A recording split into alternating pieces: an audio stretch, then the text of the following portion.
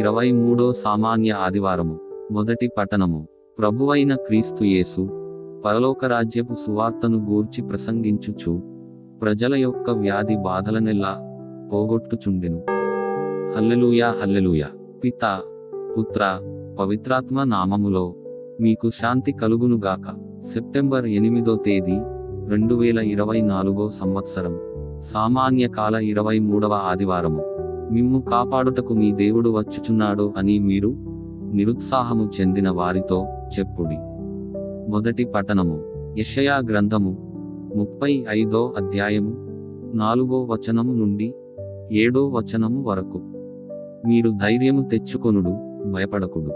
శత్రువులకు ప్రతీకారము చేయుటకును విరోధులను శిక్షించి మిమ్ము కాపాడుటకును మీ దేవుడు వచ్చుచున్నాడు అని మీరు నిరుత్సాహము చెందిన వారితో నుడువుడు.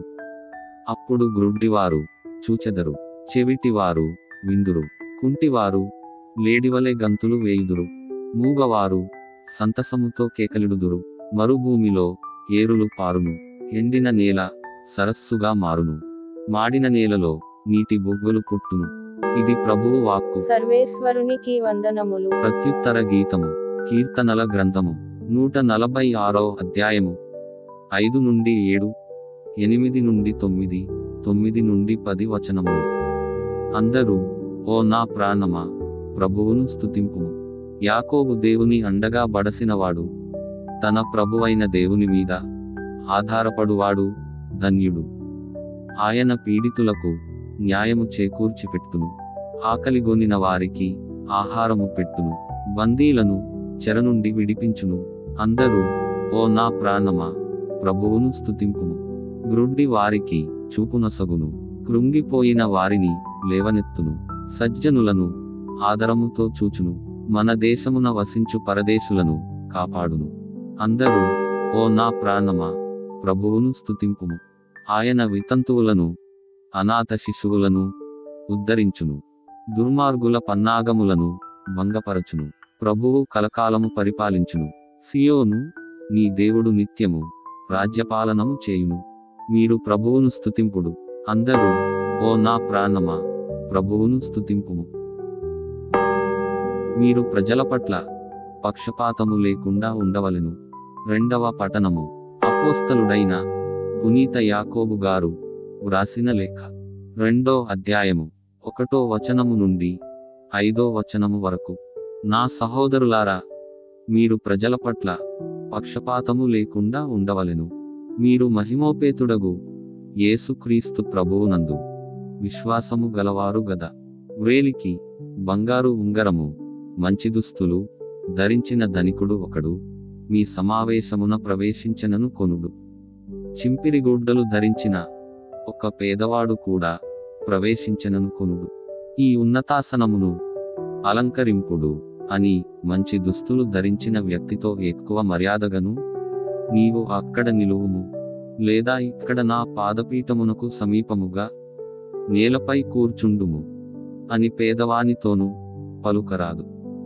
అట్లు చేసినచో మీలో మీరు వర్గములు సృష్టించిన వారును దుర్బుద్ధితో న్యాయనిర్ణయములు చేయువారును అగుదురు. నా ప్రియ సహోదరులారా, ఆలకింపుడు. ఈ లోక విషయములలో పేదలగు వారిని విశ్వాసమున భాగ్యవంతులుగా ఉండుటకును తన రాజ్యమునకు వారసులగుటకును దేవుడు ఎన్నుకొనును. తనను ప్రేమించువారికి ఆ రాజ్యమును వాగ్దానమునర్చెను. ఇది ప్రభువు వాక్కు. సర్వేశ్వరునికి వందనములు. చెవిటివారు వినునట్లుగాను, మూగవారు మాట్లాడునట్లుగాను సమస్తమును ఆయన చక్కపరచియున్నాడు. సువిశేష పఠనము. అపోస్తలుడైన పునీత మార్కు గారు వ్రాసిన పవిత్ర సువిశేషములోని భాగము. ప్రభువా, మీకు మహిమ కలుగునుగాక. 7వ అధ్యాయము 31వ వచనము నుండి 37వ వచనము వరకు. యేసు తూరు ప్రాంతమును వీడి సీదోను, దెకపొలి ప్రాంతముల మీదుగా గలిలియ సరస్సు తీరమును చేరెను. అప్పుడు అచ్చటి జనులు మూగ చెవిటివానిని ఆయన యొద్దకు తీసుకొని వచ్చి వాని మీద ఆయన హస్తమును ఉంచుమని ప్రార్థించిరి.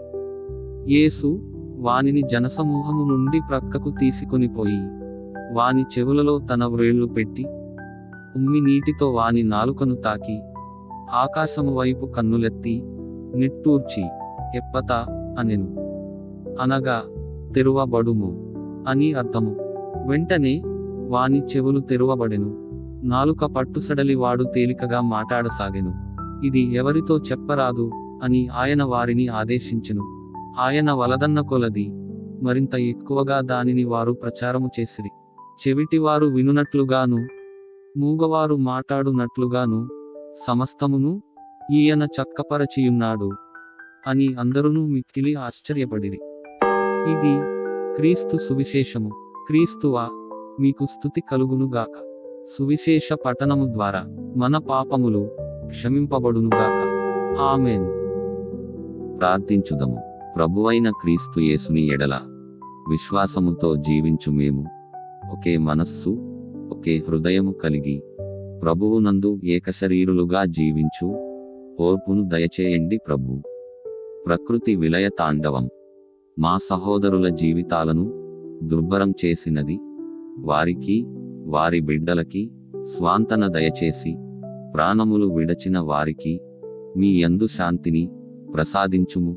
వారి కుటుంబ సభ్యులకు ధైర్యము ప్రసాదించి మా ప్రభువును మీ కుమారుడునైన ఉత్థాన క్రీస్తు వారి పరిశుద్ధ నామములో విశ్వాసము ద్వారా జీవమును ప్రసాదించుమని అడిగి వేడుకొనుచున్నాము తండ్రి.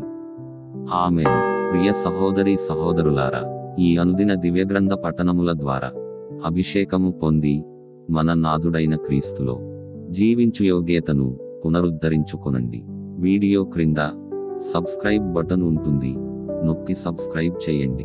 కుదిరితే మీ ప్రియ మిత్రులకు షేర్ చేయండి. మీరు లైక్ చేయడం వల్ల ఇంకా ఎంతో మందికి ఈ వాక్యము పంపబడుతుంది. కాబట్టి తప్పకుండా లైక్ చేయండి. ఏవైనా సలహాలు సూచనలు ఇవ్వదలచిన వారు కామెంట్ చేసి సహకరించండి. ప్రభువైన క్రీస్తుని ప్రేమ మీకు, మీ బిడ్డలకు తోడైయుండునుగాక. పితా, పుత్ర, పవిత్రాత్మ నామమున. ఆమేన్.